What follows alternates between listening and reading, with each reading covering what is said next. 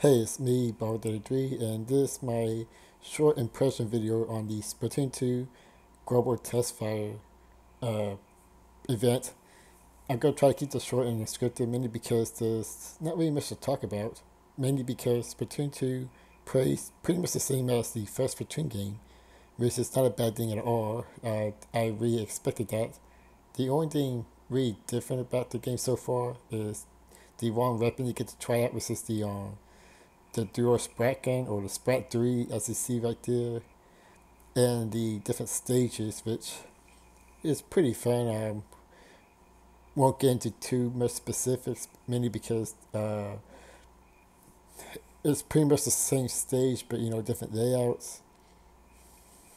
But I guess one thing, as you're gonna see here, I first had a problem connecting to a battle.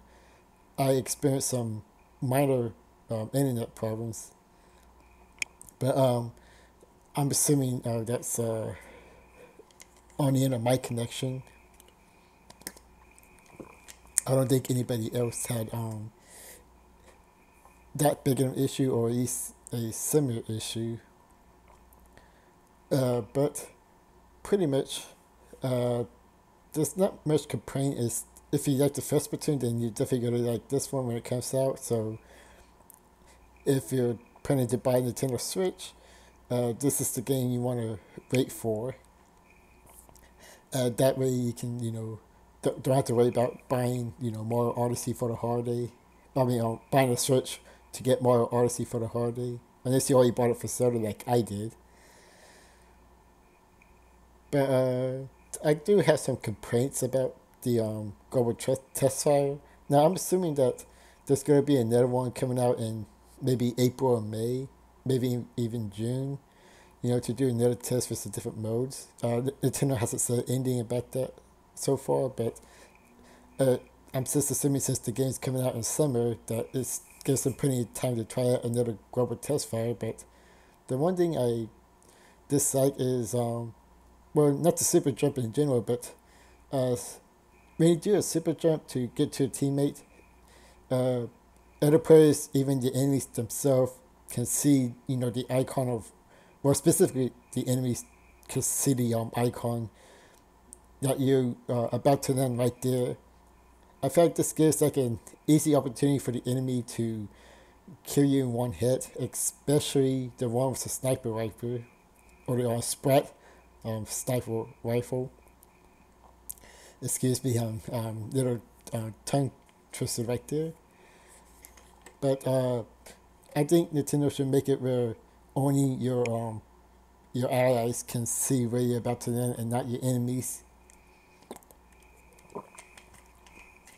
I mentioned the internet connection before. Again, I'm assuming that's on my end, but sometimes I'm not sure if this is internet connection or people just quitting on the game, but sometimes players versus leave during a battle, which is a problem from the first Splatoon game. I wish Nintendo would maybe, if that happens, that an AI computer would take its place, therefore your team will have a chance of actually winning, even in a free for all match. But but I think that could be fixed in at least during that time, or maybe in a future update. But otherwise, game's pretty fun. I like the new powers, like the jetpack power up. Many I played with the original Sprat guns and the dual Sprat guns. Uh, I have no interest in the sniper rifles because well, in the first game you move pretty slow, and it looks like it's like that in this game as well. And the Warriors is pretty effective, but I kind of suck at it. I prefer uh, weapons that has a pretty decent distance to it. But yeah, that's pretty much my impressions. So overall, if you love the first Splatoon game, then you're definitely gonna love this one, and it's worth getting the Nintendo Switch for it. If you're didn't like the first game because of the problems I just mentioned, like internet connection, people dropping out, whether if they're on a losing team and this is crit or it's just internet problems in general. Then well, I guess that's up to you if it's risking the game just like that.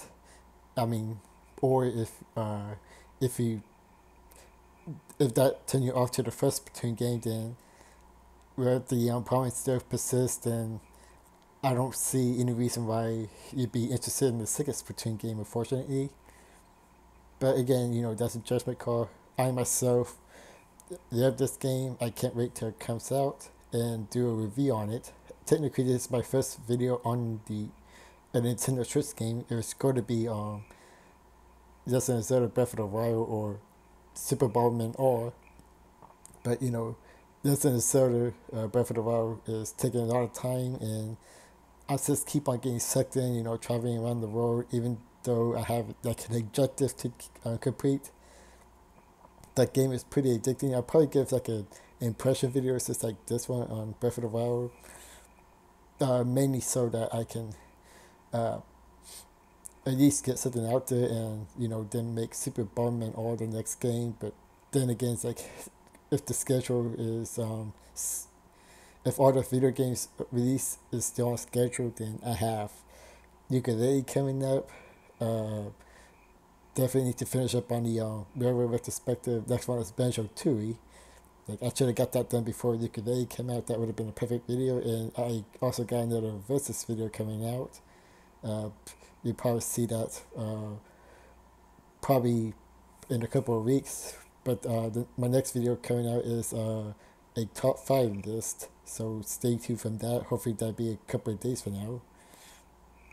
But anyways, back to Splatoon 2. It's definitely a fun game. It feels and controls pretty much the same. Only in the first game there was an option to turn off the gyroscope, which it's not bad. I can definitely get used to it, but I'm so used to just using analog controls, the right control stick. And the first game did have an option to turn the motion controls off, so I'm assuming this game will have it too. But other than that, if it doesn't, then I don't mind the motion controls really. But with that being said, I'm hoping that Nintendo does another one of these and hopefully make some improvements here and there. So anyways, this is me, Bobbert, and I catch you guys later.